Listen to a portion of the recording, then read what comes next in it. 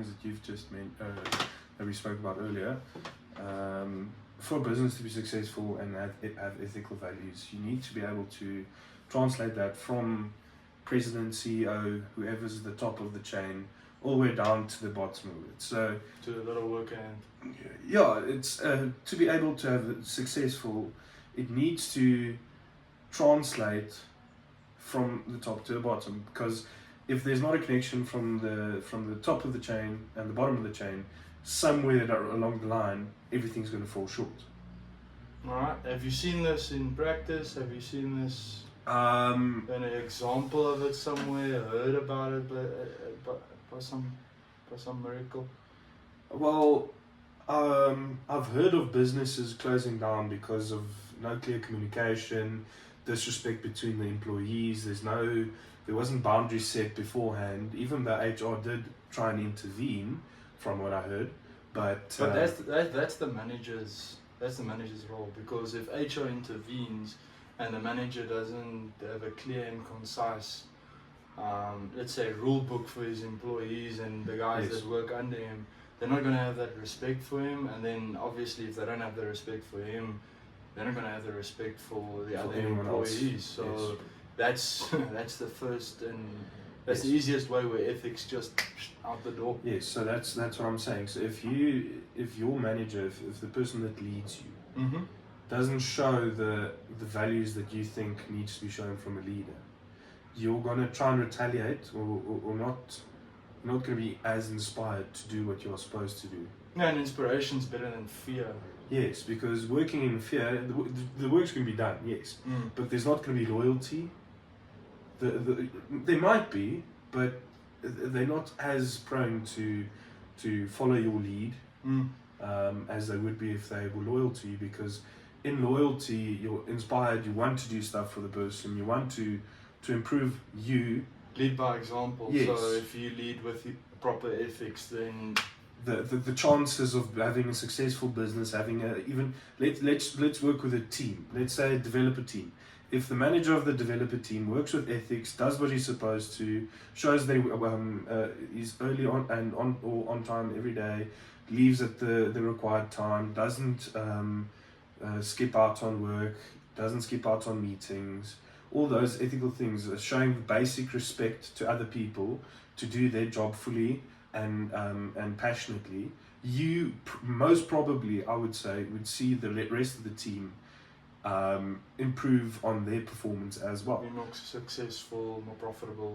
Yes, so having... Well, let me ask you this: where do you draw the line between profitability and just having your ethics? Because obviously, you as an ethical employer, Mhm.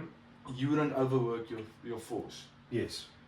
Where do you draw the line between, let's say, asking for them to work overtime and not to cut corners, to also still do it ethically, to not, for instance, go on the internet and grab some work off of the internet and then claim it as theirs, which would maybe help get the project over the line, Yeah, but it's gets the profit generated, but where would you draw that line? Look, I would say every business needs profit, but if you start going over the line where you say, I need overtime from you, and Without compensation. yeah, without compensation, I don't think that's right, because then that's just... But that then decreases profitability, because profitability is basically, it's your cost minus your revenue. Now, if your cost grows larger, your revenue needs to be larger for that profit margin to stay the same. So Yes. then you're sacrificing on profitability again. Yeah, so no, if I asked them to do overtime, I would definitely pay them, even if it does take away from my profit, because it's just the right thing to do. But I would also require them to do full and proper work the whole day, the prescribed work day. Yeah. That isn't overtime, because I'm sure if you were to scale it properly, have the right number of employees, the correct number of managers, all those things, you shouldn't have to worry about that overtime coming in as a problem, because the scalability was done correctly, and the function of each employee is being done efficiently and properly.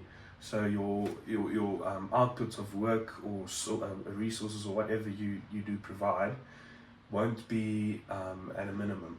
It should be at a very optimum, nice place where you have profitability, nice revenue, and your cost isn't too high. Alright, so you're basically saying don't sacrifice ethics because you'll lose your workforce basically. Yeah, it's easier to... Their loyalty is going to shift as soon as they see when it comes down to it, then ethics don't mean anything to you.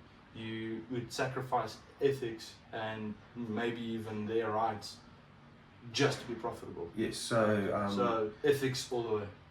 So I wouldn't say all the way. Sometimes ethics will be out of the question. It's just a way of life. Not applicable in a certain situation. Yeah, in certain situations. Scenario like? Yes, now you bring me in a corner.